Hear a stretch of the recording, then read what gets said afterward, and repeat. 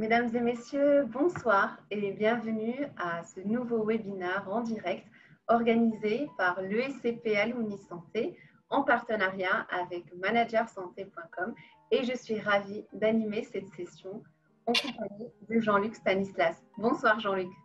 Bonsoir Nada, merci à tous les participants d'être présents à l'occasion de ce nouveau webinaire de rentrée. Bonsoir Émilie, bonsoir Inès et Nada, on aura le plaisir de vous présenter tout à l'heure dans quelques instants. Vous êtes très très nombreux à être présents pour ce webinaire qui est un webinaire international, donc vous allez avoir le plaisir de pouvoir découvrir un petit peu les interventions passionnantes. Voilà, donc, merci beaucoup Nada pour la suite. Merci. Tout à fait, merci Jean-Luc et merci à tous les participants. Vous êtes toujours aussi nombreux et de plus en plus nombreux à nous suivre. Tout au long de ce webinaire, n'hésitez pas à poser vos questions sur le chat et nous aurons le plaisir de les relayer à nos invités du jour. Je précise également que cet échange est enregistré et sera disponible en replay sur la chaîne YouTube Manager Santé. Alors, sans plus tarder, aujourd'hui, je suis ravie d'accueillir deux femmes managers internationales parce qu'elles ont la particularité d'avoir exercé aussi bien en France qu'aux États-Unis. J'ai le plaisir d'accueillir Émilie Lebé-Thomas. Bonsoir Émilie. Bonsoir. Merci d'avoir répondu à notre invitation. Avec plaisir. Donc, vous avez exercé à la PHP, vous êtes également diplômée de l'EHESP, je peux le dire, et également diplômée des États-Unis, donc de l'Université du Minnesota. Et vous êtes passionnée d'international, de retour d'expérience. Et d'ailleurs, depuis 2017, vous êtes au sein de l'organisme Dialoguette qui propose des formations, des voyages d'études et depuis le confinement, des voyages virtuels. Tout à fait, des e-journées, des voyages d'études virtuels dans le monde entier. Inès Gravé, bonsoir. Bonsoir. Vous êtes également une femme passionnée de santé, une manager avec une expérience à la PHP où vous avez d'ailleurs rencontré Émilie. Vous êtes également diplômée de l'EHESP et vous avez eu une expérience récemment en Californie. Merci à toutes les deux d'être présentes ce soir, de partager vos expériences, les bonnes pratiques que vous avez pu découvrir, observer à l'étranger pour que ça puisse être une source d'inspiration, accompagner chacun de nous dans les réflexions et puis s'inscrire tous ensemble dans cette dynamique de transformation de notre système de santé français et ses spécificités. Je vous laisse la parole. Merci à tous d'être présents avec nous. On est ravis avec Inès d'avoir l'occasion de présenter notre expérience aux États-Unis, où moi j'ai vécu pendant 3 ans et demi et où Inès a eu une bourse de recherche, la Harkness Fellowship, une bourse de recherche franco-américaine très prestigieuse et qui lui a permis de passer 1 an à Kaiser Permanente. Donc, le sujet d'aujourd'hui, c'est l'innovation organisationnelle en santé aux États-Unis. Quelles leçons pratiques tirées de l'expérience des champions de la santé américains? Donc, nous avons 4 objectifs pour cette présentation. Les enjeux, qu'est-ce que c'est l'innovation organisationnelle? Ensuite, nous partagerons 2 études de cas un peu plus approfondies sur le groupe de santé Kaiser Permanente et sur la Mayo Clinic. Et puis, nous essaierons de voir comment tirer les leçons de cette expérience en innovation organisationnelle en France, dans un contexte qui, bien sûr, est très différent. Voilà, donc vous voyez. Puis ensuite, nous aurons l'occasion d'échanger dans une session de questions et réponses. Alors, donc, diapositive suivante. Alors, tout d'abord, le contexte américain. Bon, je vous entends déjà derrière vos ordinateurs dire « Oh, mais les Américains, ils ont presque 200 000 morts au Covid, on n'a pas grand-chose à apprendre d'eux. » Bon, il faut bien reconnaître que c'est un système de santé qui est très contrasté.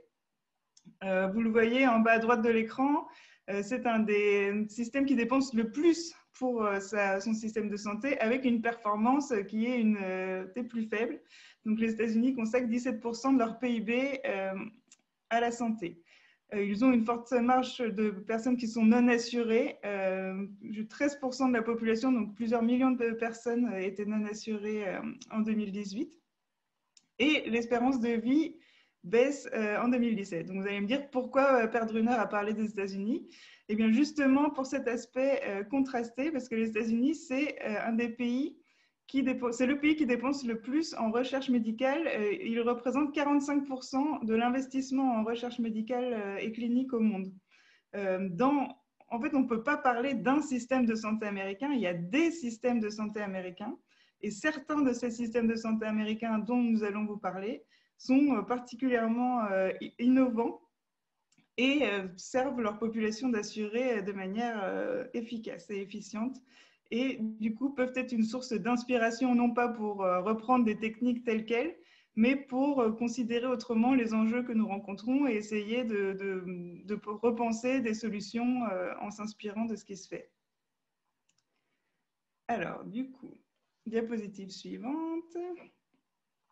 Ce qui est intéressant avec la vision du système de santé, c'est le quadruple objectif, ou en français, en anglais, quadruple aim, qui guide la réorganisation du système de santé américain et qui s'est maintenant répandu dans les systèmes de santé du monde entier.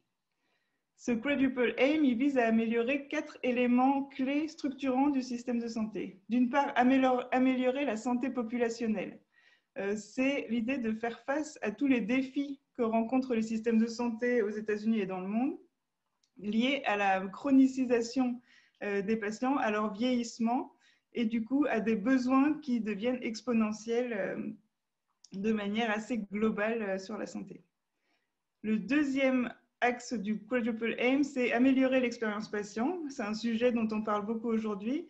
Et vraiment, c'est l'idée que le patient d'aujourd'hui n'a pas les mêmes attentes que le patient d'hier. Les exigences augmentent, les attentes vis-à-vis des professionnels et des soins augmentent. Et finalement, que notre justification en tant qu'acteur du système de santé, c'est le patient, c'est de les soigner et de faire en sorte qu'ils aient une expérience positive et des résultats des soins qui soient positifs.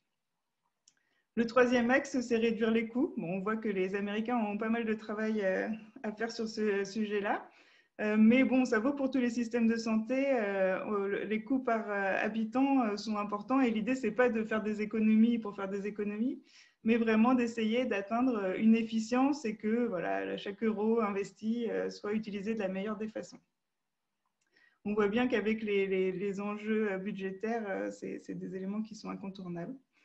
Et puis le dernier axe, c'est améliorer la qualité de vie au travail des professionnels. Il faut savoir que jusqu'à pas très longtemps, on parlait de triple aim et que ce quatrième axe de la qualité de vie au travail des professionnels a été rajouté récemment. Et pour moi, et pour une associée en tant qu'ancienne DRH, je pense qu'il n'y a pas de bon système de santé sans professionnels de santé, si ce n'est heureux, en tout cas satisfait. Et donc, c'est le quatrième axe qui vraiment structure les évolutions actuelles du système de santé américain et des systèmes de santé dans le monde. Voilà.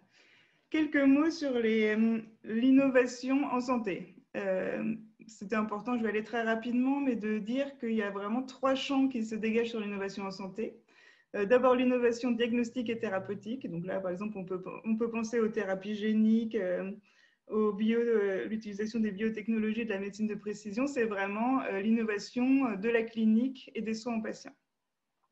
L'innovation technologique et numérique, là on va être sur tout ce qui est nouvelles technologies, nouvelle intelligence artificielle, big data, donc vraiment des choses qui reconfigurent complètement le paysage de la santé dans le monde aujourd'hui. Et puis le troisième axe qui va nous intéresser plus particulièrement aujourd'hui, c'est l'innovation organisationnelle et comportementale.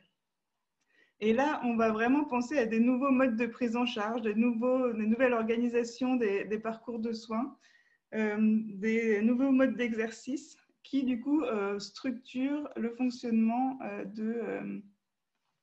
du système de santé.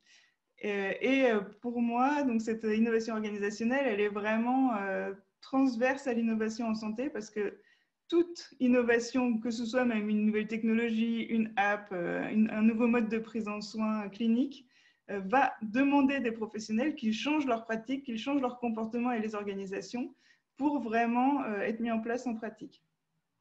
Et donc, pour moi, l'innovation organisationnelle, c'est vraiment ce qui irrigue les évolutions du système de santé aujourd'hui, aux États-Unis comme en France. Et donc, je passe la parole à Inès pour nous parler de Kaiser Permanente. Alors, Kaiser Permanente, c'est peut-être un système de santé que vous connaissez déjà. Il est souvent cité en référence pour son niveau d'intégration des soins, comme vous allez le voir sur la slide. Alors, quand on dit que c'est le premier système de santé intégré aux États-Unis et un des premiers systèmes de santé intégrés au monde, en fait, on entend un double degré d'intégration. Un degré d'intégration entre la partie assurantielle et la partie offre de soins, mais également la partie dans l'offre de soins, la partie hospitalière et la ville. C'est comme un petit peu, si vous imaginez en France, si on avait l'assurance maladie, plus tous les hôpitaux, plus la médecine de ville dans une même organisation, tout le monde salarié de cette même organisation. Donc, ça fait ce qu'on appelle aux États-Unis un système de santé intégré en propre. Vous allez le voir sur la slide avec les chiffres clés. C'est un système de santé intégré qui a une échelle intéressante en termes d'analyse, parce qu'il y a 13 millions d'assurés. Il couvre 8 États américains avec des modèles distincts, c'est-à-dire que sur toute la côte ouest, c'est l'offreur majoritaire, c'est l'offreur hospitalier de soins majoritaire. À l'inverse, sur certains États comme le Colorado, comme la Géorgie, ils conventionnent avec d'autres groupes offreurs de soins. Et donc à ce moment-là, c'est un modèle, on va dire, plutôt hétérogène. Il n'est pas tout le temps dominant sur l'État où il agit. Et il n'a pas tout le temps la main sur tous les hôpitaux, les médecins salariés, etc. C'est une entité qui a plus de 200 000 professionnels, donc à titre de comparaison, c'est 2 fois la PHP, c'est une grosse machine. On n'est pas les seuls à connaître les problèmes de bureaucratie, de lenteur, c'est ce que rencontrent souvent les organisations à ces masses aussi critiques. Et puis, comme je vous le disais, il y a à la fois les hôpitaux et à la fois les centres médicaux. Il s'avère que Kaiser a un historique sur l'innovation, comme vous allez voir dans la suite de la slide. Il y a un certain nombre de dates clés qui expliquent le positionnement qu'a pris Kaiser Permanente en référence dans le monde. D'abord parce qu'ils ont commencé le dossier patient informatisé en 2004, donc ça veut dire qu'ils ont plus de 15 ans de recul sur le dossier patient. Alors, il n'était pas complètement mis en place en 2004, je rassure tous ceux qui se sont arrachés les cheveux sur ce dossier, mais évidemment, en ayant tout le monde salarié d'une même orga, les hôpitaux et la médecine libérale, il y avait un incitatif très fort à partager les données des patients. Une autre des grandes dates, ça a été l'ouverture en 2005 du Garfield Innovation Center. C'est un grand hangar que sa réputation fait défaut quand on y va, parce que de l'extérieur, ça n'a pas l'air super, mais en fait, c'est un grand hangar qui est dédié à la simulation et à la recherche sur un certain nombre de champs d'innovation.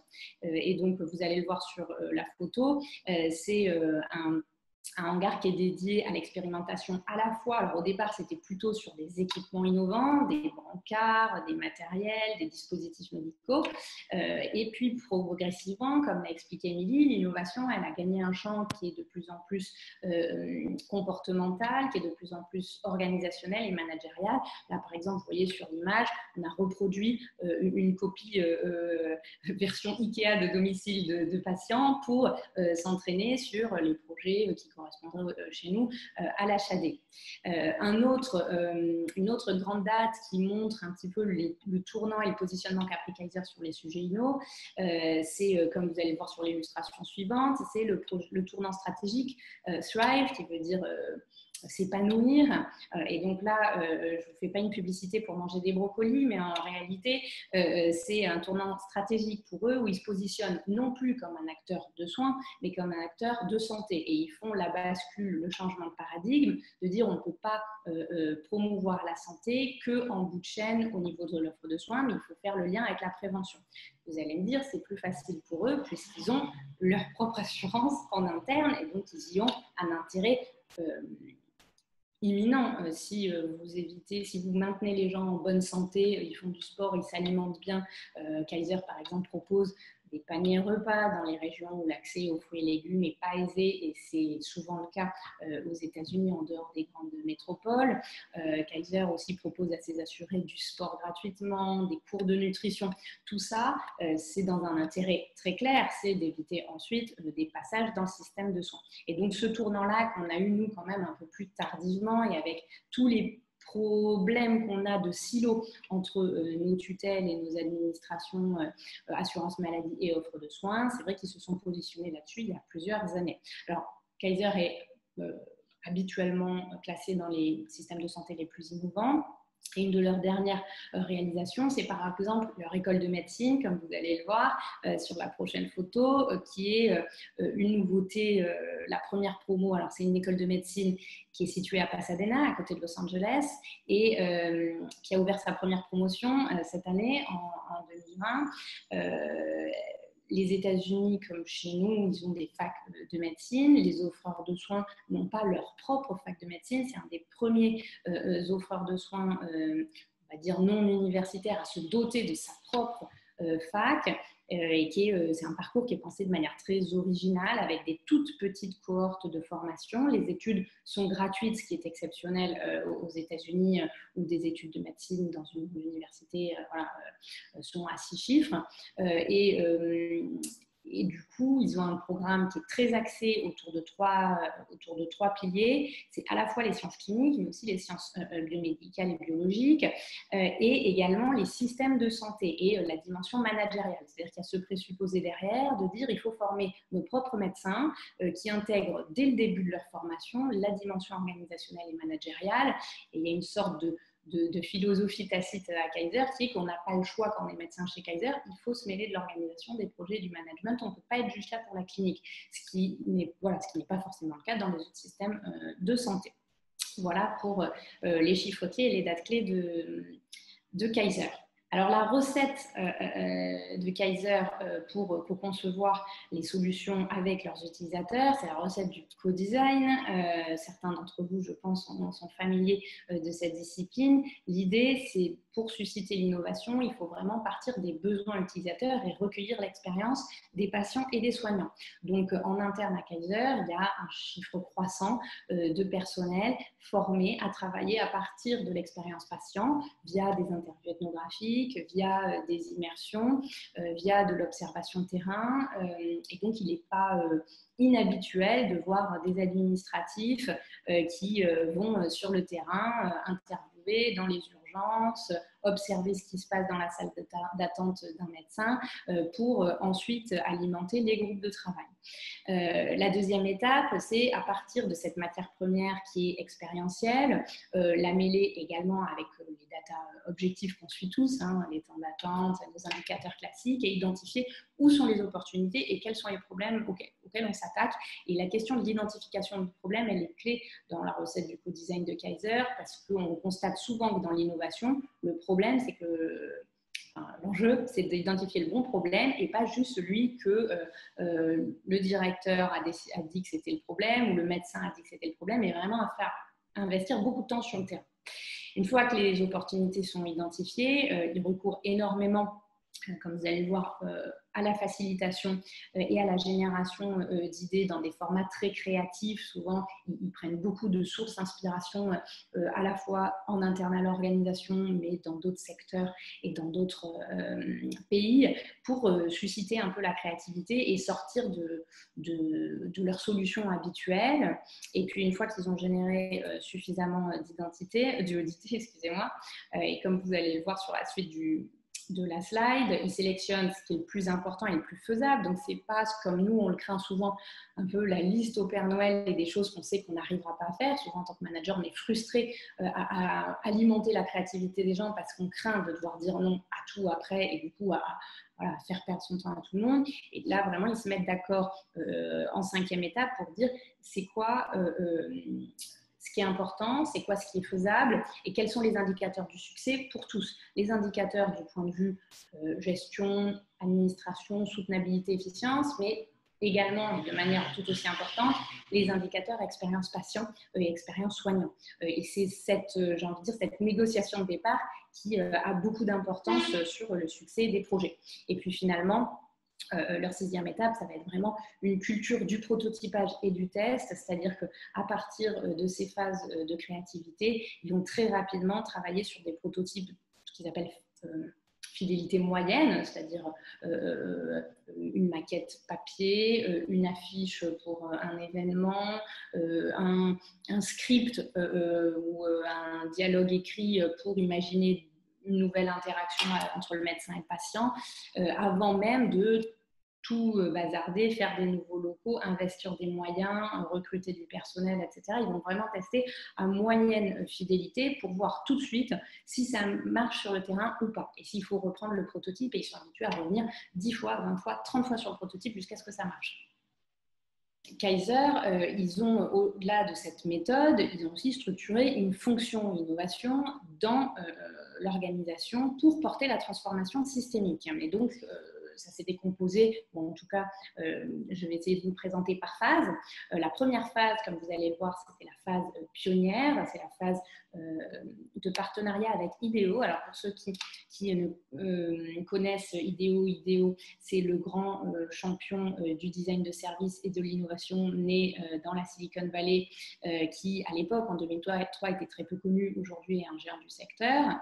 Et donc, ils ont été les premiers à se rapprocher dans la santé d'IDEO. Ils les ont fait venir dans leur mur pour apprendre comment on manage l'innovation, comment on suscite l'innovation, comment on va travailler sur l'expérience patient, comment on trouve des sources d'inspiration, comment on libère la créativité des gens, comment on apprend à des professionnels soignants et administratifs à prototyper rapidement.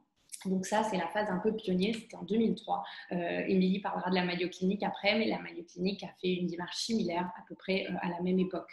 Et donc ça, c'est une période pionnière. Vous allez voir une petite illustration où ils ont par exemple travaillé sur la sécurité médicamenteuse. Et donc, vous voyez, une des innovations qu'ils ont créées avec l'équipe pionnière, c'était par exemple le fait que l'infirmière, quand elle prépare, elle fait la préparation médicamenteuse, elle endosse un brassard qui alerte le reste du service, potentiellement les aidants qui sont dans le service et les patients. C'est une phase qui ne doit pas être interrompue. Et donc, c'est le genre d'innovations qui sont nées à cette période-là très pionnière.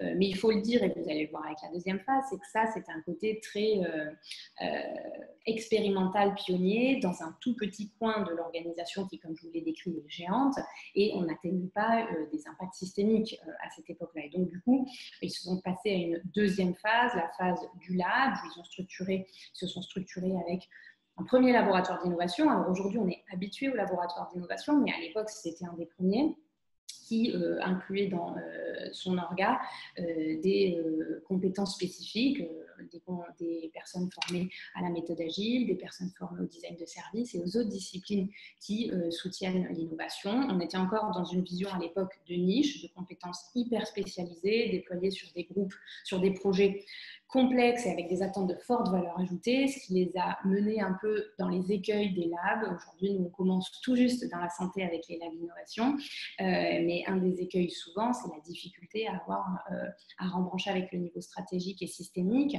et pas juste rester comme quelque chose de très niche, élitiste, réservé à quelques personnes formées.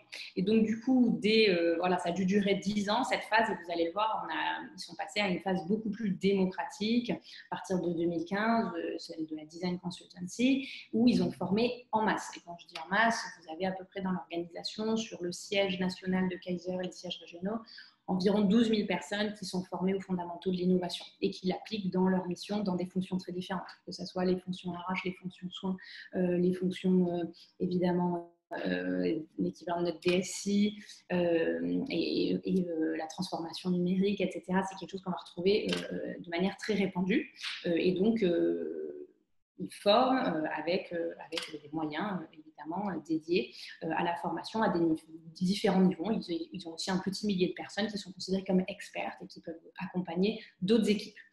Vous allez voir sur l'illustration quelqu'un de la design consultancy qui forme dans un atelier des soignants pour qu'ils puissent utiliser les outils d'Inno dans leur projet à l'échelle de leur service et à l'échelle des problématiques rencontrées avec leurs patients et leurs soignants et leurs aidants. Et puis la dernière phase, on est à l'aube de cette dernière phase, on est celle où on rembranche sur les modèles managériaux, c'est-à-dire que le fait d'avoir structuré la fonction d'innovation, ça quand même questionne beaucoup quels sont les modèles managériaux, comment sont formés les gens qui portent la gouvernance des systèmes de santé, que ce soit à l'hôpital chez eux ou dans la médecine de ville. Et ça coïncide avec des dispositifs dédiés à leur encadrement supérieur plus à leur directeur et à l'école de médecine de Kaiser qui aussi intègre des formations à l'empathie, à travailler sur l'expérience patient, à savoir prototyper dès le début de leurs études. Voilà. Alors, quelques exemples pour que ça soit plus concret. J'ai choisi de vous parler de 2 exemples que moi j'ai suivis plus particulièrement pendant cette année de recherche. Le premier exemple, c'est un exemple qui s'appelle le projet CAMAI sur les applicatifs thérapeutiques en santé mentale. Alors, c'est un sujet dont on parle de plus en plus et il y a aujourd'hui plusieurs pays, je crois au moins l'Allemagne, qui remboursent les applications thérapeutiques en santé mentale. Donc, ce sont les apps, typiquement de méditation, d'auto-hypnose, de relaxation. Certaines d'entre elles commencent déjà à avoir des papiers dans des grandes revues scientifiques, type New England Journal of Medicine, le Lancet, avec des résultats cliniques. Ce que Kaiser a montré dans le fait d'intégrer les applications thérapeutiques en santé mentale, c'est qu'il ne suffit pas de donner l'accès aux applications pour que les gens aient un impact et un effet clinique de réduction de leurs symptômes. Bien au contraire, en fait, l'origine de ce projet, c'est que comme partout, comme chez nous, il y a un problème de démographie médicale sur la santé mentale et que du coup, il y a tout un tas de patients qui sont en dessous des seuils cliniques mais qui ont quand même besoin d'un soutien. Et s'ils n'ont pas le bon accompagnement ponctuel au bon moment, en fait, ils vont rentrer dans des phases plus aiguës et ils vont nécessiter à ce moment-là une intervention de spécialistes. Et du coup, ils ont intégré auprès de leur généraliste la prescription des applications. Et donc, ce qui a vraiment fait la différence dans les résultats cliniques, c'est non pas l'accès à l'application, le fait de payer que Kaiser paye pour ses patients l'application, mais c'est en fait que le généraliste prescrive très précisément quelle vidéo, à quelle récurrence, comment le faire, etc. Et même avec une feuille de prescription, alors même si ce n'est pas une réelle prescription. Donc c'est ça qui a été déterminant dans le projet. Un deuxième projet moins clinique, plus stratégique, c'était par exemple le projet cancer, la stratégie cancer du groupe, c'est le deuxième exemple que vous allez voir. Et donc, sur la stratégie cancer, ils ont tout simplement, au lieu de faire la stratégie en cercle fermé, comme on a l'habitude de le faire souvent, ils sont allés d'entrée de jeu, avant de commencer à parler de stratégie, ils sont allés suivre 15 patients, ou même plus, plusieurs dizaines de patients survivants du cancer pendant une quinzaine de jours, dans leur vie quotidienne, chez eux, à domicile, quand ils vont au supermarché, quand ils font leur visite médicale, quand ils voient leurs proches et leurs aidants, pour comprendre réellement ce que ça voulait dire vivre avec le cancer, survivre au cancer, et qu'est-ce que l'organisation devait intégrer. Par exemple, un des éléments de différenciation, c'est qu'ils ont traité le sujet des nuits sans sommeil, les nuits sans sommeil entre la consultation et le résultat le diagnostic, qui même si on essaye de le réduire, et c'est ce que toutes les stratégies cancer dans le monde essayent de faire évidemment, il nécessite un minimum d'accompagnement irréductible sur l'angoisse et la perte de sommeil que ça va entraîner. Voilà. Accompagner, ça avait été créé entre les patients et les oncologues. Voilà. C'était quelque chose de très co-conçu avec les gens qui vivent avec ce sujet tous les jours. Je passe la main à Émilie pour un deuxième champion, la Mayo Clinique. Voilà, donc la Mayo Clinique, peut-être quelques chiffres clés pour commencer. C'est intéressant d'avoir la Mayo Clinique et Kaiser Permanente en parallèle parce qu'on voit qu'il y a des dynamiques assez similaires. On est sur un groupe de santé, là aussi, on ne parle plus d'hôpitaux aux États-Unis. Hein. Les hôpitaux tout seuls ou même les groupes hospitaliers, ce n'est pas quelque chose qui leur parle. Maintenant, ils sont vraiment sur des groupes de santé qui vont être intégrés, pas forcément avec l'aspect assurantiel qui est vraiment spécifique à Kaiser Permanente, mais en tout cas, sur l'offre de soins, on va avoir l'ensemble de l'offre de soins intégrée dans les groupes de santé. Donc la Mayo Clinic, c'est le numéro 1 au fameux classement Newsweek qui vaut ce qu'il vaut. Mais donc numéro 1 aux États-Unis et dans le monde. C'est 1,3 million de patients par an, 63 000 professionnels, beaucoup, et du coup sur un triptyque qui va nous parler, soins, clinique, recherche et enseignement. Et donc là, la Mayo Clinic a déjà 5 facultés de médecine et paramédicale sur leurs 3 locations, donc leur site historique à Rochester, dans le Minnesota, et puis 2 antennes qu'ils ont ouvertes au fil des années à Phoenix en Arizona et à Tampa en Floride. La Mayo Clinic, c'est un groupe de santé à but non lucratif, mais qui a quand même un revenu annuel de 12 milliards de dollars. Donc, on est sur des belles sommes. Et sur ces 12 milliards de dollars, 890 millions de dollars consacrés à la recherche, dont un investissement de 325 millions de la Mayo Clinic elle-même, donc qui utilise ses bénéfices notamment pour investir dans la recherche. Donc c'est vraiment un des éléments très importants de leur fonctionnement. La Mayo Clinic, c'est un établissement qui communique beaucoup sur ce qu'elle fait, donc comme les hôpitaux américains, hein, ils savent se vendre, ils savent vendre leur expertise. Et notamment, un des ouvrages qui a beaucoup marqué le monde de la recherche et de l'innovation aux États-Unis, c'est cet ouvrage qui s'appelle Think Big, Start Small et Move Fast. Et donc l'idée, c'est vraiment ça qui va structurer leur stratégie d'innovation, c'est de commencer par penser grand. Donc on pense les grands problèmes du système de santé et de l'industrie de la santé. Le but, c'est vraiment de transformer la santé non seulement aux États-Unis, mais dans le monde. Par contre, deuxième étape, commencer petit pour ne pas se décourager et avancer vite pour garder l'intérêt de l'organisation. On va rentrer un peu plus dans les détails de comment ça se traduit concrètement aux États-Unis. Donc peut-être avant ça, un petit mot sur la méthode d'innovation de la Mayo Clinic. Ce qui est intéressant, c'est qu'ils ont vraiment voulu allier 3 éléments constitutifs de leur culture au sein de leur méthode d'innovation. Donc le design thinking, et il peut y avoir une petite description du coup qui peut s'afficher. L'idée, c'est vraiment d'utiliser une compréhension approfondie de l'expérience des usagers et donc des patients pour identifier et caractériser un problème et ensuite appliquer une méthode de créativité dont Inès vous a parlé pour générer des idées et résoudre les problèmes.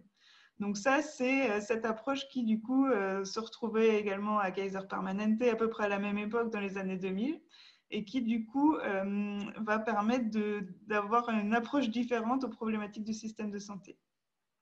Le deuxième angle qu'ils vont utiliser, c'est donc la méthode scientifique. Et c'est ça qui est assez original à la Mayo Clinic. C'était l'idée de se dire que pour tous leurs projets d'innovation, notamment dont on a parlé avant, les innovations thérapeutiques, ils ont une approche extrêmement rationnelle et rigoureuse, fondée sur les faits et les données, bien structurée, avec un processus de réflexion qui va de l'hypothèse à l'expérimentation, aux conclusions logiques. Et c'est ça qui parle aux docteurs et aux acteurs du monde de la santé. Et du coup, ils insistent pour que leur méthode d'innovation utilise la méthode scientifique, soit extrêmement rigoureuse et démontrée, pour du coup pouvoir prouver l'impact et la plus-value des innovations qu'ils mettent en place. Et donc le dernier élément, c'est le management de projet, avec l'idée que pour faire évoluer les choses, il faut une méthode rigoureuse. Et donc, avec un leadership et une très, très bonne communication pour réussir à toucher l'ensemble des membres de cet énorme groupe de santé. Donc, la diapositive suivante, c'est le centre de l'innovation de la Mayo Clinic. Donc, le centre de l'innovation de la Mayo Clinic, il a commencé lui aussi en 2001, donc à peu près là aussi en même temps que Kaiser Permanente. Et au fur et à mesure des années, il a augmenté. C'est passé d'une équipe vraiment un peu isolée, électron libre, qui du coup se chargeait de bousculer un peu les organisations pour faire avancer, pour devenir aujourd'hui une équipe de 60 professionnels, dont la structuration est différente de celle du reste de la Mayo Clinic. Donc d'abord, cette équipe elle est différente pour ses talents.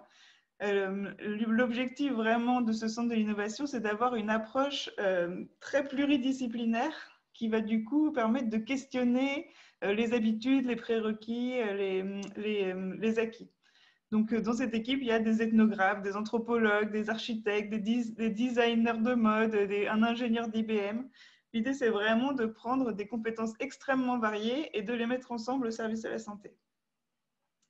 Cette équipe, elle a aussi des profils qui vont être différents de la Mayo Clinic traditionnelle, avec du coup une équipe qui est composée de plus de femmes, de personnes plus jeunes et qui ont des carrières plus mobiles, qui vont venir à la Mayo Clinic pour quelques années, puis ensuite partir ailleurs et revenir. Et enfin, une organisation qui là aussi sort de la structure habituelle d'un hôpital comme la Mayo Clinic, avec une structure hiérarchique qui est très souple et beaucoup d'autonomie. Donc, beaucoup de marge d'initiative, beaucoup de capacité à faire évoluer et à contourner la structure hiérarchique et traditionnelle. Le deuxième élément qui est mis en avant, c'est l'implication des soignants dans la phase de prototypage et la possibilité d'initier des projets. Donc, il y a vraiment un système établi où les soignants qui ont une idée pour améliorer leur fonctionnement peuvent écrire, soumettre leur projet et du coup se le faire financer et expérimenter pour proposer des transformations de leur organisation et être proactifs dans l'évolution du système. Et puis donc le dernier axe, c'est une communication proactive avec du coup le partage des innovations et des réussites, notamment par les équipes, les soignants qui ont été investis dans ces innovations. Ils insistent beaucoup sur le fait que pour que d'autres, par exemple pour qu'un médecin d'un service X adhère à une innovation qui a été développée par notamment le laboratoire de l'innovation, ça passera toujours mieux si c'est un autre médecin qui a été impliqué dans le projet et qui lui explique pourquoi ils ont choisi cette solution et pas les 10 autres possibles auxquels la personne va penser. Et donc, la parole des pairs permet vraiment d'avoir une adhésion plus importante sur ce sujet-là. Et donc, si vous voulez montrer la deuxième partie de la diapo. L'idée donc de l'innovation transformative à la Mayo Clinic, c'est qu'elle va être centrée sur l'usager et l'expérience patient, que ça va être une approche qui va être itérative, incrémentale et diffusable à grande échelle, avec vraiment cette idée de la politique des petits pas. On ne va pas essayer de révolutionner l'ensemble d'une problématique, mais on part petit projet par petit projet pour arriver à une évolution plus large. L'idée, c'est vraiment, ils ne sont pas dans le développement de nouvelles technologies eux-mêmes, en tout cas sur la partie innovation organisationnelle. Leur but, c'est vraiment d'utiliser des technologies existantes pour améliorer les prises en charge. Donc, une approche pragmatique à la synthèse de plusieurs disciplines. Et puis, donc, c'était la partie Move Fast, c'est le fait qu'ils ont une forte attention à accélérer les innovations. Donc, il y a vraiment une idée d'aller le plus vite possible du laboratoire au lit du malade. Et donc, le centre de l'innovation de la Mayo Clinic intègre une dimension commercialisation et structure des partenariats avec des industries et partenaires pour déployer le plus vite possible et faire vivre les innovations que leurs équipes peuvent inventer. Et donc, sur la droite, vous voyez, c'est les 3 grands axes sur lesquels le Centre de l'innovation travaille. C'est assez intéressant de voir où sont leurs idées sur les grands sujets stratégiques prioritaires aujourd'hui.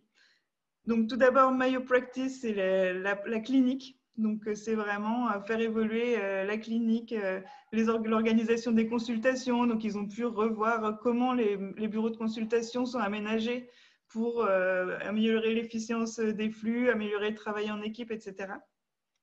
On sourit parce qu'on en parlait avec Nada juste avant, l'importance de l'organisation des bureaux. Le deuxième axe, ça va être les soins connectés, la téléconsultation, la technologie mobile, l'utilisation des nouvelles technologies pour améliorer le suivi des patients à l'hôpital et à domicile. Et puis santé et bien-être, donc là aussi c'est un clin d'œil au Thrive de Kaiser Permanente, sur la prévention et l'aide au maintien de l'état de santé avec vraiment une volonté de maintenir la population en bonne santé et du coup de favoriser, de limiter le besoin de recourir aux soins après. Merci beaucoup, Émilie et Inès, pour cette première partie de présentation, pour ce portrait. On commence à avoir des questions, que ce soit en privé ou sur le chat. Une première concernant Kaiser Permanente, posée par Christophe Jacquinet. Je vais peut-être, s'il est d'accord, lui ouvrir son micro et lui proposer de poser sa question en direct.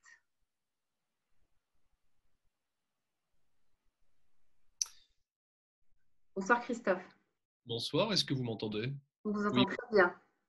merci beaucoup pour cette présentation. J'avais deux questions que j'ai posées sur le chat là, concernant Kaiser Permanente. Vous avez indiqué dans la deuxième diapositive, je crois, en parlant de Kaiser Permanente, le fait que c'était une organisation efficace.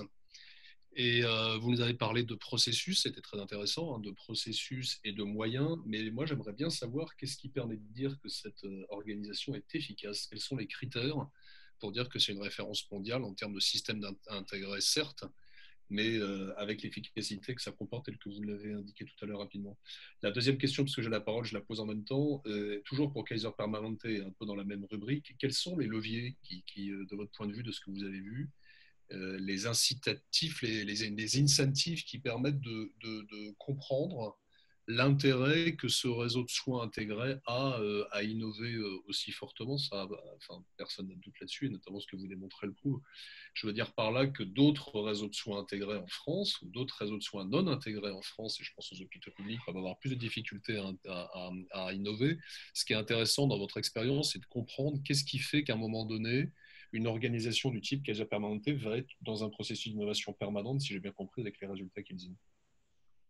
Merci Christophe. Ok, super. Merci beaucoup Christophe. Super question. Alors pour la première, sur la performance, ça dépend ce que vous entendez par indicateur de résultats. Si on prend les grands classements américains, ils sont par exemple l'IPROG A, donc pour précision pour tout le monde, l'IPROG A, c'est un classement qualité, sécurité, efficience des systèmes de santé qui est un classement volontaire. C'est-à-dire que les systèmes de santé s'y soumettent volontairement. C'est pas comme l'équivalent de l'assertif qui est obligatoire, etc. Là, c'est vraiment les établissements qui se soumettent volontairement à quelque chose qui est basé, qui est très rigoureux, tant sur le plan qualité-sécurité, mais ça ne veut pas dire forcément que c'est performant, efficience, là on y est, et expérience patient. Et donc, au Kaiser Permanente, sur, on va dire, 12-15 ans, ils sont passés de même pas 20% de leurs hôpitaux en note A+, à quasiment 70%. Donc ça, c'est les indicateurs, on va dire, de classement. Aujourd'hui, moi, ce que je trouve plus intéressant de partager avec vous, c'est les éléments culturels. Les éléments culturels, c'est tout simplement... dans chaque hôpital de Kaiser Permanente et centre médical, tous les matins, vous avez une réunion du top leadership médical, médicaux et libéraux qui dure même pas une demi-heure et qui passe en revue tous les résultats, événements indésirables graves, accidents du travail. Et c'est une approche par le résultat qui est jamais vu. Moi, j'ai jamais vécu ça ni à l'hôpital, ni au ministère, ni dans d'autres environnements professionnels. Et donc, il y a une rigueur de mesure, de management par le résultat à la performance. Ils ont, il faut le dire, énormément de gens formés au Lean et à toutes les disciplines qui gravitent dans l'écosystème performance. Ce qui, chez nous, il faut le dire aussi, est quand même moins courant. Nous, aujourd'hui, des managers en santé qui sont formés à niveau expertise du Lean, il y en a de plus en plus, mais il n'y en a pas, voilà, il n'y a pas un effet bascule sur les modèles managériaux. Donc, je dirais qu'il y a à la fois les résultats par les classements et les organismes indépendants de mesure, mais il y a aussi ce qui relève du culturel et de l'humain et du vécu quand vous êtes à l'intérieur du système. Un exemple, une consultation avec un généraliste, ça ne dure même pas 15 minutes. Et pourtant, quand vous le faites, vous n'avez pas du tout l'impression d'être bâclé. Parce que direct, il va passer la main à d'autres professionnels, ce qu'ils vont appeler les auxiliaires, à d'autres professionnels qui vont enchaîner avec des questions peut-être plus personnelles, plus comportementales, moins cliniques, etc. Donc, c'est des choses qui sont de l'ordre de ça. Ensuite, sur votre deuxième question, Sur les incitatifs, alors c'est clair, il faut le dire tout de suite, hein, le système de santé américain, c'est un système privatisé, compétitif. Donc, Kaiser Permanente, c'est un acteur à but non lucratif, mais il n'empêche qu'il a des concurrents. Donc, ce qui est clair, c'est que la concurrence, c'est quand même un aiguillon sur l'innovation. La rémunération, les gens sont à peu près, chez Kaiser, ils sont payés à peu près comme dans les autres systèmes de santé californiens. Donc, ça veut dire probablement 3-4 fois de plus qu'en France, hein, en Californie, mais il faut dire que le pouvoir d'achat et le coût de la vie en Californie est en proportion avec ces chiffres-là. Ce qui, là encore, est quelque chose sur lequel on appuie et on aime appuyer avec Émilie, c'est que ce serait facile de dire, bon, oui, évidemment, ils mettent le KP, c'est 10 fois le budget de la PHP, ils mettent de l'argent sur la table, forcément, ils peuvent être performants et innovants. Et ça, c'est quelque chose que faut le dire, évidemment, il y a de l'argent sur la table, mais il y a aussi quelque chose qui est de l'ordre du culturel, il y a la révérence envers l'innovation. Et ça, moi, je me demande personnellement, je pense que c'est ça la grande différence, c'est que chez nous, en France, on a tendance à considérer que l'innovation, c'est la cerise sur le gâteau, c'est une fois qu'on s'est fait toute la gestion et l'exploitation et le quotidien, et on sait que les managers en santé, ça nous consume, la gestion du quotidien. Et l'innovation, c'est pour après. On aimerait bien, c'est vrai que c'est chouette, on ne dit pas que ce n'est pas important, mais ça passe après. Et ça, pour moi, c'est un problème. Dans le système américain, dans les systèmes champions, on a bien compris que si on n'isolait pas des moyens, aussi petits soient-ils, parce que les histoires qu'on décrit avec Émilie, au départ, ces équipes d'innovation, ils étaient 1 ou 2, même pas temps plein. Hein, voilà. Aujourd'hui, évidemment, c'est des centres qui ont des dizaines et des dizaines d'employés, avec des milliers et des milliers d'employés formés, donc pas dédiés, mais formés sur leur mission. Donc aujourd'hui, c'est sûr, il ne faut pas se comparer tout de suite à ce résultat-là, mais ils ont commencé petits et ils ont dû faire leurs preuves aussi. Et ces équipes-là, et Émilie, elle l'a dit, leur point commun, c'est qu'ils étaient vraiment, j'en parlerai après, hackers du système de l'intérieur. C'était vraiment une contre-culture. C'était vraiment, d'ailleurs, la contre-culture contre la performance. C'est-à-dire, on mesure la performance, on est très bon sur la performance, mais en fait, on ne parle pas de l'expérience patient et en réalité, on ne n'innove pas réellement sur les problèmes qu'on essaie de résoudre depuis 20 ans. Donc, il y a vraiment cet aspect contre-culture qui, je pense, est vraiment à ne pas négliger. Et je rajoutais peut-être un petit élément sur la Mayo Clinic, parce que du coup, on avait organisé l'hiver dernier avec Dialogue Health et le CNH une conférence avec la Mayo Clinic qui était venue à Paris, et c'était vraiment très intéressant de voir que leur implication dans l'innovation et l'excellence clinique, c'est aussi, donc c'est une image de marque hein, pour se différencier, mais c'est aussi un facteur d'attractivité, parce que Rochester au Minnesota, c'est pas San Francisco. Pour attirer des personnels médicaux de très haut niveau, des chercheurs de qualité, et il fallait proposer quelque chose de différent. Et donc, la Mayo Clinic, elle a vraiment investi dans cette excellence clinique pour attirer des forces vives, des professionnels. Et on voit bien que maintenant, c'est un des rares systèmes de santé aux États-Unis qui finance leurs médecins un salaire et pas du coup d'intéressement par rapport à leur activité. Ce qui pour eux, ils nous le présentent à chaque fois comme quelque chose de très innovant, alors que bon, c'est sûr que pour la France, ça ne l'est pas vraiment.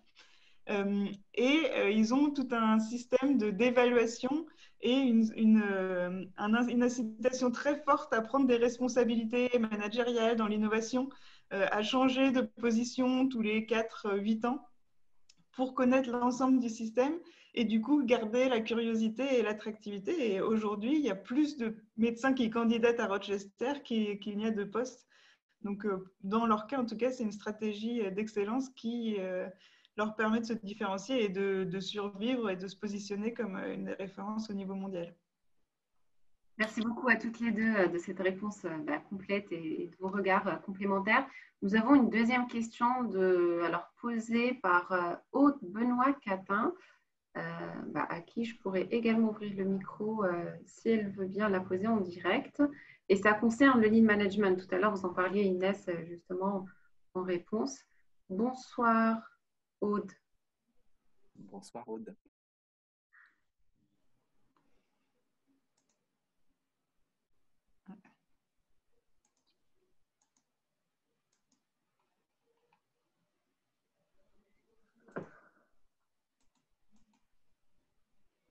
Elle ne semble pas être... Pour répondre par rapport à la question qui est... Oui, peut-être que tu peux...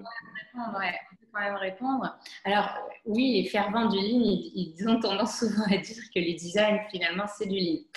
Je nuancerai, le Lean, c'est vraiment une discipline qui appartient au cycle performance et au modèle culturel de la performance. C'est l'amélioration d'un process en place, le Lean, avec des outils ultra utiles, fonctionnels, etc., d'élimination voilà, de ce qui est irritant dans le système et de ce qui est inutile, acteur par acteur. Le design, c'est pas tout à fait la même chose. Le design, c'est une discipline qui déjà appartient au cycle de l'expérience patient. Si on divise, on va dire, l'évolution managériale de gestion des hôpitaux, il y a eu la phase qualité avec les disciplines propres à la qualité, le plan du check check, pardon. Il y a le cycle performance avec le Lean. Et aujourd'hui, aux États-Unis, depuis une quinzaine d'années, il y a le cycle expérience patient, notamment avec le design de service. Le design de service, on l'utilise plus pour des services à concevoir, c'est-à-dire pas l'amélioration d'un process existant, mais la conception ou la co-conception d'un service à un problème qu'on ne sait pas résoudre et sur lequel les différents process qu'on a mis en place, même améliorés avec le Lean, n'ont pas donné satisfaction. Donc, à Kaiser, pour faire simple, il disait Lean pour améliorer un process existant, Design pour concevoir un nouveau service. Je ne sais pas si on a le temps, mais j'aimerais bien qu'on passe la diapo d'Inès sur les leçons pour la France. C'était vraiment une de mes préférées. Slide à la fin, peut-être qui illustreront cette dimension culturelle. Je sais qu'on est un peu... Bien sûr. Merci pour le temps. On va continuer d'exposer. On pourrait encore tenir 1 heure, mais je ne pense pas que on va abuser du temps de tout le monde. Ça sera l'occasion de se rencontrer une prochaine fois. Autour d'un dîner débat, pourquoi pas, ou d'une conférence à l'ESCP. Avec plaisir. Alors oui, les leçons, je pense que c'est une bonne synthèse de fin, ces dernières slides. Les leçons de 15 ans de démarche d'innovation chez les champions, et c'est ce que je disais tout à l'heure, je pense que ce n'est pas un sujet. Alors, évidemment, il y a un enjeu moyen, mais il y a un enjeu culturel qui est très fort. Et là, comme vous allez le voir, on s'est amusé à opposer, on va dire, on va mettre en avant les freins à l'innovation aujourd'hui et comment on peut dépasser l'effet buzzword. Parce que vous le voyez bien, dans les grandes institutions hospitalières, on commence à utiliser ces mots-là. Vous voyez bien qu'au ministère de la Santé aussi, on reprend les éléments de langage, de l'expérience patient, du prototypage. Ce n'est pas souvent suivi d'une définition claire et de deux, adossé à une formation et des contenus de compétences qui accompagnent les professionnels soignants, administratifs, managers, etc. Alors, le premier frein, il faut se le dire, et ça apparaît partout, c'est la bureaucratie. Donc, il ne faut pas croire que la bureaucratie, c'est l'apanage de la France. C'est plutôt l'apanage des grandes organisations. Donc, tout ce qui sous-tend la bureaucratie, c'est-à-dire la hiérarchie, donc le fait d'avoir beaucoup de strates, les silos, la formalisation à outrance, la protocolisation à outrance, etc. Ça, c'est un frein majeur à l'innovation. L'innovation, elle nécessite un minimum d'autonomie. Vous allez le voir juste après avec un petit effet éclair. Sans autonomie, il ne peut pas y avoir d'innovation. Si pour commencer le moindre début d'expérimentation sur un problème, il vous faut recueillir l'avis de 4 supérieurs hiérarchiques au-dessus de vous, autant vous dire que vous n'allez pas le faire. Et ça, c'est un enjeu majeur. Un deuxième frein à l'INO, c'est plus par cœur, c'est l'evidence-based, probablement la culture de l'evidence-based. Donc, la culture de l'evidence-based, c'est ce qu'a expliqué Émilie et j'abonde dans son sens. Il y a aussi une tension autour de ce sujet-là, c'est-à-dire qu'en sciences dures, la hiérarchie des preuves, elle est très claire, avec en bas les opinions d'experts et ensuite les randomized control trials.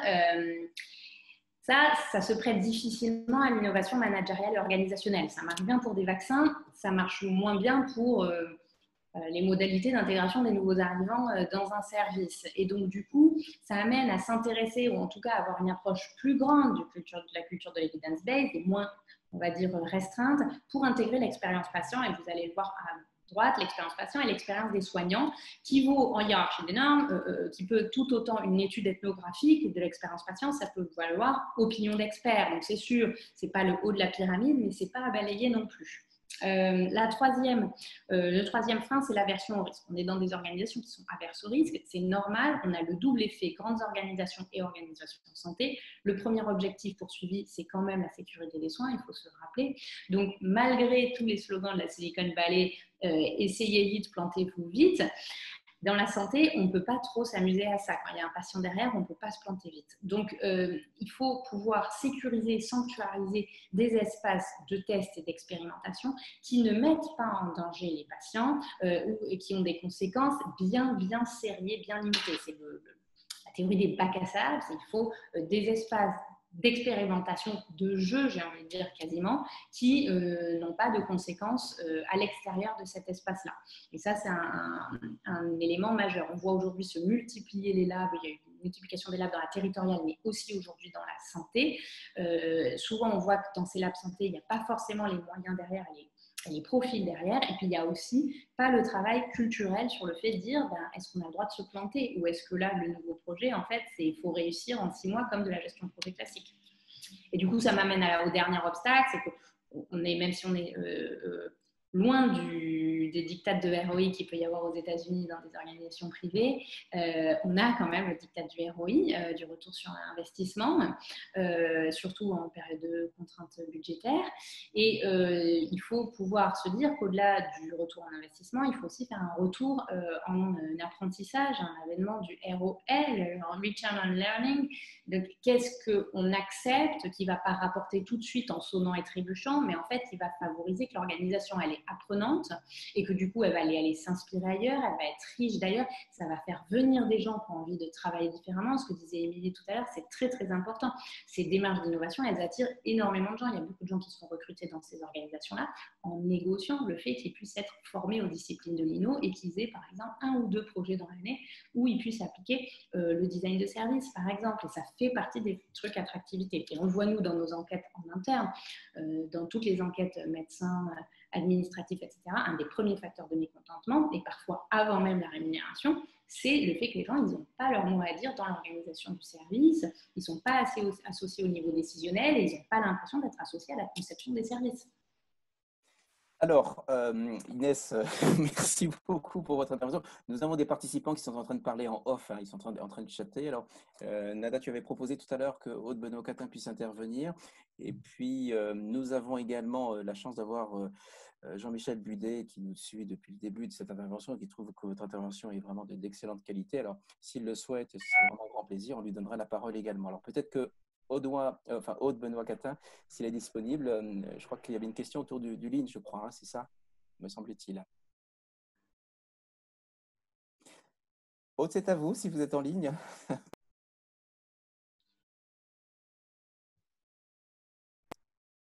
Allô? Je pense qu'elle doit avoir un souci avec le micro. D'accord. Alors, nous... Elle a répondu à la question. Elle dit qu'elle est là. Ah.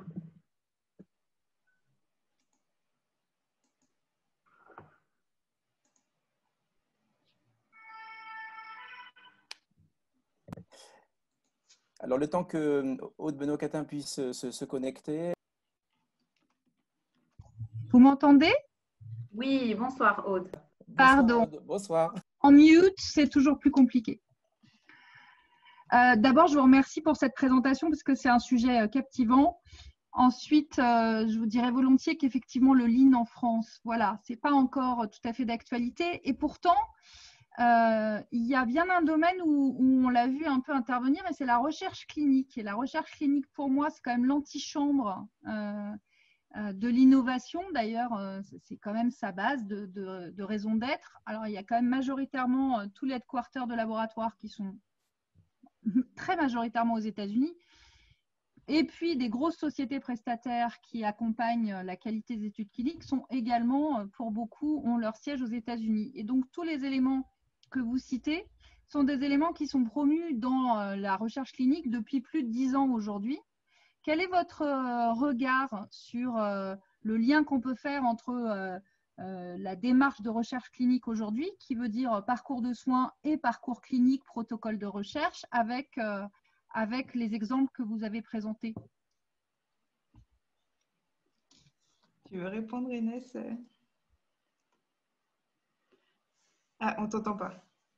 Moi, j'aurais tendance à dire, mais j'ai jamais fait sérieusement, je me suis jamais approchée sérieusement de la recherche clinique. Mais j'ai quand même tendance à penser, ou en tout cas, c'est ce que les fonctions innovation dans les champions américains essayent de. Pour moi, c'est vraiment cette distinction innovation scientifique technologique et innovation managériale et organisationnelle. Sur l'innovation scientifique et technologique, on va être en effet dans des process et une manière de faire voilà, où la rigueur scientifique, elle est numéro un.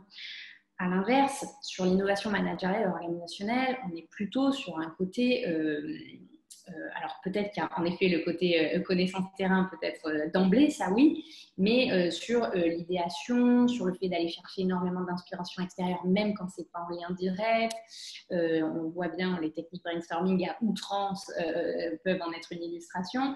Et le prototypage très rapide, même fidélité moyenne, ce qui n'est pas envisageable dans la recherche clinique et le test, et aussi un rapport au ludique et au jeu qu'il n'y a pas forcément dans d'autres disciplines. Alors, je crois qu'il faudrait poursuivre la discussion. J'aurais sûrement beaucoup à apprendre là-dessus. Les fonctions inno managériales et organisationnelles essayent de se départir de la dimension inno-scientifique et technologique pour mieux pouvoir expérimenter dans des environnements qui sont très empreints de la logique évidemment inno-scientifique.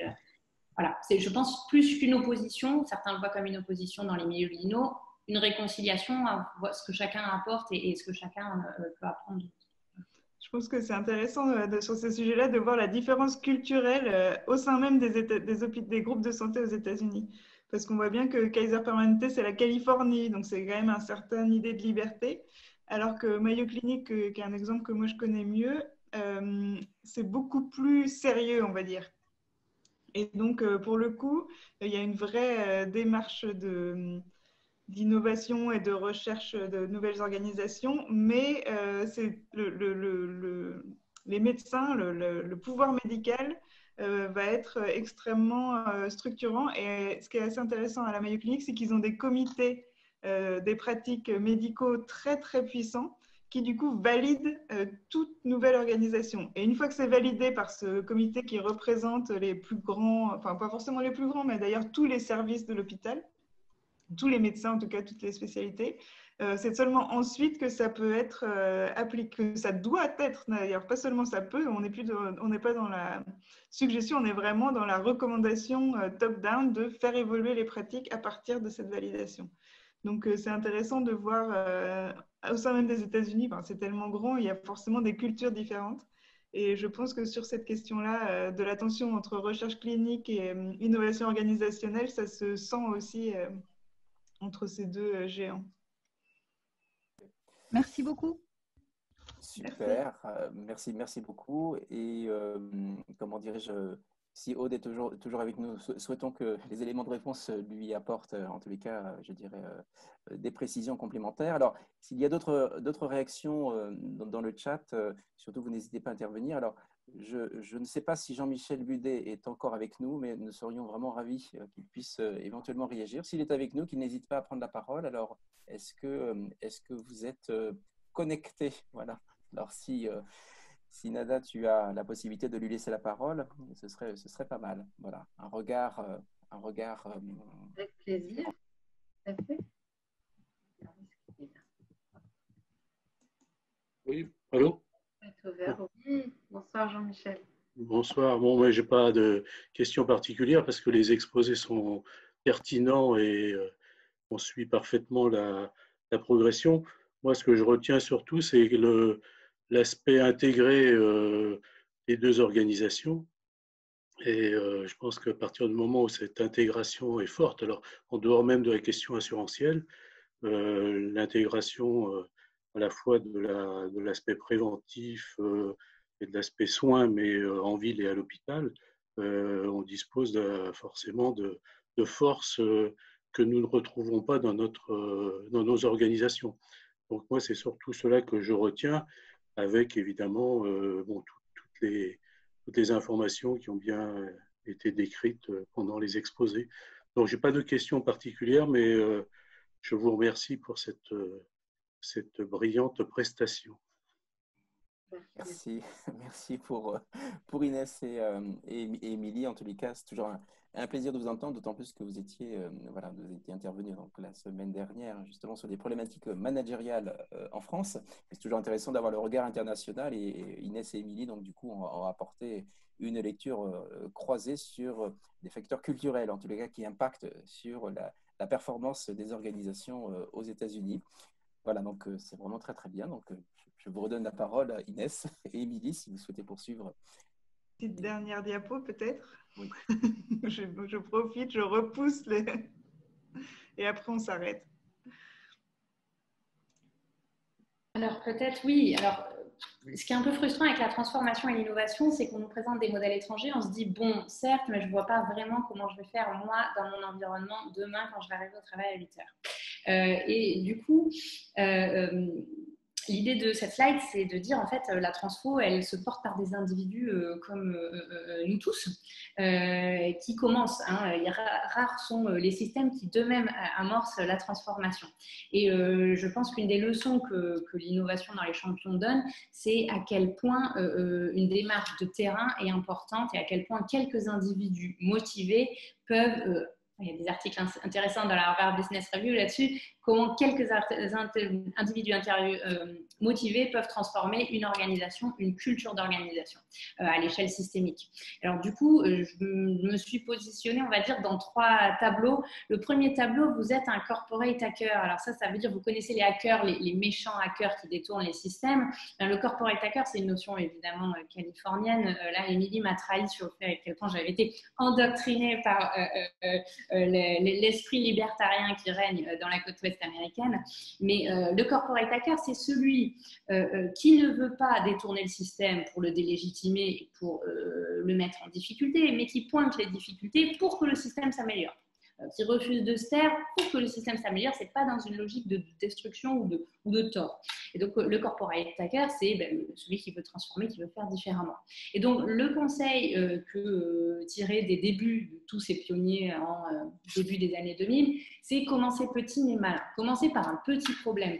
Si vous partez sur la coordination ville-hôpital, ça va être compliqué. C'est des trop gros dossiers. Si vous partez sur le lien prévention-offre de soins, l'attractivité de l'hôpital public, c'est difficile. Mais partez d'un petit sujet, un petit problème, par exemple, sécurité médicamenteuse que vous recueillez via votre logiciel de événements désirables, par exemple. Et un truc malin où vous savez que vous pouvez améliorer les choses. Monter une petite association bienfaiteur. Alors ça, c'est quelque chose qui est très important aux États-Unis, c'est la reconnaissance du fait qu'il faut des gens, il faut du pluridisciplinaire. Tout seul, un administratif, tout seul un soignant, tout seul un médecin, même un trinôme médico-soignant administratif, il faut aller chercher des compétences qui nous complètent. C'est des gens qui ne sont pas forcément complètement d'accord avec nous et qu'on se dit « Ah, ça va peut-être compliquer le travail en équipe », mais en fait, ça va l'enrichir. Ensuite, se servir sans remords. Aujourd'hui, les outils du design et de l'innovation, ils sont en ligne. Ils sont en ligne et ils sont adaptés à tous les niveaux, débutants jusqu'à experts. Et donc, vous n'hésitez pas, n'attendez pas que votre hôpital ou votre organisation, votre ARS, la DGOS, vous propose le pack complet de formation parce que ça ne va pas être pour tout de suite, je le crains, mais allez en ligne et servez-vous éhontément de tous les outils qui sont en ligne gratuitement. Et on vous partagera quelques références avec Émilie tout à l'heure et on est à disposition, on va vous donner notre mail pour continuer l'échange là-dessus. Ensuite, prendre un bon bain de terrain parce qu'en fait, il ne faut pas partir trop vite sur un problème. Nous, on a tendance culturellement à s'identifier en tant que manager parce qu'on sait bien identifier les problèmes. Ça, c'est souvent un frein à l'innovation. Il faut reconnaître que tant qu'on n'a pas été à la place du patient ou du soignant, on a une vision biaisée du problème. Ça ne veut pas dire qu'elle est mauvaise, ça veut dire que personne ne détient à lui seul la vérité. Et donc, du coup, prendre un bon bain de terrain, faire une bonne interview ethnographique, il y a des guides en ligne, en 10 minutes, vous vous auto-formez. Ce ne sera pas parfait, mais ça vous fera goûter quelque chose d'assez différent.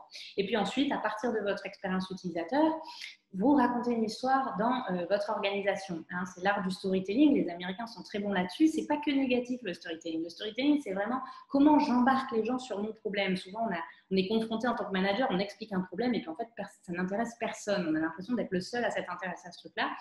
En fait, c'est la manière dont on raconte qui fait la différence. Et donc, le fait de se mettre dans la peau de l'usager, Personne qui peut vous dire, quand vous lui racontez l'histoire de la grand-mère de 90 ans qui a passé la nuit dans un brancard, quand vous lui racontez cette histoire par le menu, il n'y a personne qui peut clairement vous dire qu'il n'en a rien à faire. Et c'est à partir de là que vous avez mis un pied dans la porte et que vous allez pouvoir embarquer les soutiens qui vont bien. C'est vraiment mettre le pied dans la porte, c'est l'expression clé des équipes innovation pionnières. Ensuite, il y a un deuxième tableau. Vous n'êtes pas, et ça je ne l'ai pas précisé, mais corporate hacker, c'est à quelque niveau que vous soyez. Vous n'avez pas besoin d'être directeur d'hosto, directeur adjoint, directeur d'ARS. Si vous l'êtes, c'est tant mieux. Mais aujourd'hui, voilà, vous êtes infirmière, vous êtes médecin, vous êtes AS, vous êtes au service des entrées, des admissions, et vous voyez un problème et vous vous dites qu'en fait, il faudrait faire différemment. Le deuxième tableau, c'est celui des équipes innovation. Il y en a peut-être parmi vous, il y en a de plus en plus, en tout cas. Et donc là, la grande leçon des Américains, c'est ne tombez pas dans le travers des labs. Hein, ne soyez pas isolés dans de la compétence de l'ultra niche que personne ne comprend avec un jargon pas possible. J'ai dû en employer beaucoup, c'est insupportable. En tout cas, ne tombez pas dans le travers dans lequel je suis tombée. Ne jargonnez pas. Ne vous isolez pas du terrain. C'est important en tant que lab d'avoir un lien stratégique. Souvent, c'est des DG qui commanditent le lab parce qu'ils voient que dans les grands champions, il y en a. Mais en réalité, si vous êtes coupé du terrain, ça ne va pas bien marcher. Ne pas choisir entre excellence et démocratisation. Il faut avoir des bons experts innovation et design, mais souvent dans nos environnements, on a du mal à les recruter, on n'a juste pas les moyens de les recruter au départ. Et donc, la démocratisation, c'est très bien. Formons-nous les uns les autres, même à un niveau débutant, intermédiaire. Et quand vous aurez fait vos preuves dans votre équipe, peut-être que vous arriverez à recruter quelqu'un qui est sur une compétence plus spécialisée. Lancer un mouvement social, ça, c'est l'histoire de Kaiser. Le design et l'innovation, ça a pris la forme d'un mouvement social, d'une contre-culture qui contestait le cycle de la performance et jusqu'à quel point on était allé loin dans la performance, dans le fait de tout mesurer, sauf l'expérience patient et finalement le vécu subjectif des gens. Et du coup, je crois qu'aujourd'hui, c'est de grande actualité sur les limites du cycle performance. Et puis faire équipe avec les autres compétences du système de santé. L'inno et le design de service, c'est bien, mais ça ne va pas remplacer la qualité, ça ne va pas remplacer le contrôle de gestion, les data objectifs, ça ne va pas remplacer la clinique centrée sur le patient. Donc, il faut faire équipe avec les autres compétences. Pas cavaler seul. Et puis ensuite, le dernier focus, c'est si vous êtes décideur. Alors là, si vous êtes décideur, la première chose, ce serait de chausser des lunettes différentes. Souvent, quand les équipes, qu'elles soient spécialisées en inno ou pas, elles présentent un projet aux décideurs, ça fait toujours un peu bricolo, un peu niais, c'est pas assez carré, c'est jamais aussi carré que ce que présentent les équipes performance opération. Et donc, il y a un côté, ça, c'est un peu cinquième roue du carrosse, c'est pas mature. Justement, chausser des lunettes différentes, dire il y a de l'intérêt là-dessous. Il faut donner une chance, il faut tester et il ne faut pas attendre forcément la réussite au premier coup. L'important, c'est d'avoir ciblé un bon problème, un problème de patient, un problème de soignant, un problème d'expérience.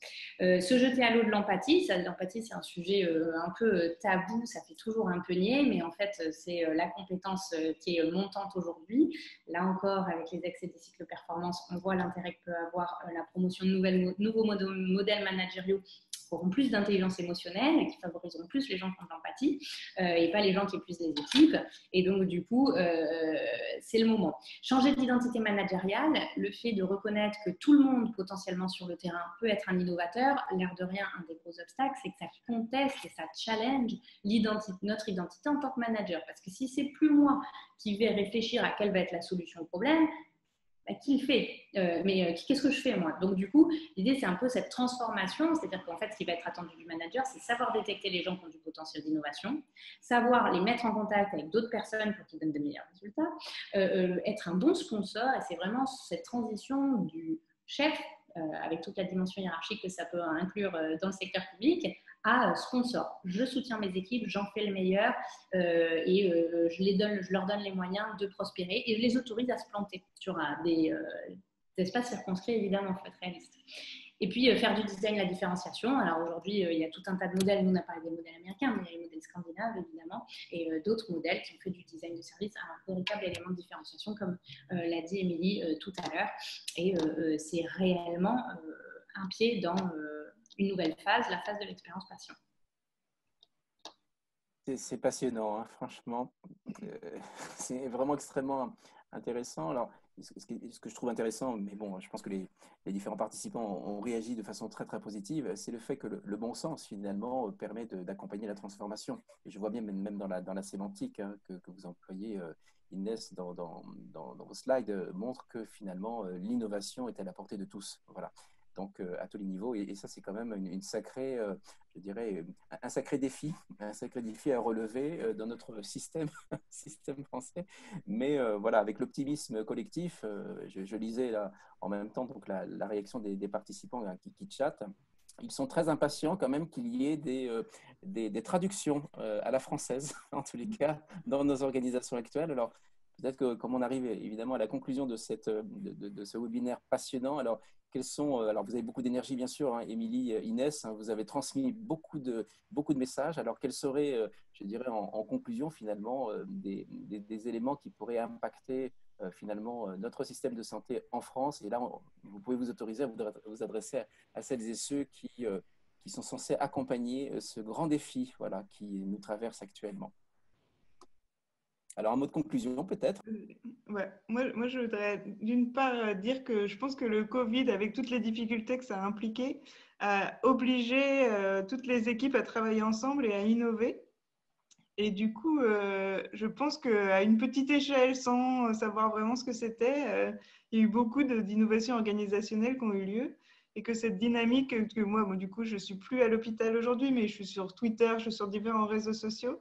Et on voit bien que les professionnels de terrain, c'est ça que, s'il y a une chose qu'ils ont appréciée dans cette période si difficile, c'était ça, cette capacité à être en lien avec la décision et du coup, à voir du jour le jour des évolutions dans les organisations. Et je me permettrai aussi, je ne sais pas du tout quelque chose dont j'ai l'habitude, mais nous avons lancé du coup une plateforme de voyage d'études en ligne. Donc, en gros, on envoie une équipe de tournage à l'étranger, filmer des intervenants, rencontrer des directeurs, des cadres, des patients, etc., pour parler d'une innovation organisationnelle ou une innovation technologique. Et du coup, c'est des cycles de formation qui sont vraiment assez uniques. Enfin, moi, j'en suis très fière. Et nous discutons en ce moment avec la Mayo Clinic et Kaiser Permanente pour réaliser ces voyages d'études virtuels dans leurs établissements sur des innovations. Donc, ce n'est pas encore complètement fait parce que la négociation avec les Américains est toujours compliquée, mais on a bon espoir que ça se fasse. Donc, si vous voulez regarder, on vous mettra le lien.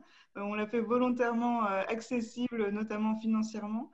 Et l'idée, c'est vraiment de diffuser l'innovation, les inspirations. Moi, c'est quelque chose que je fais depuis que j'ai déménagé aux États-Unis avec un blog, avec les voyages d'études.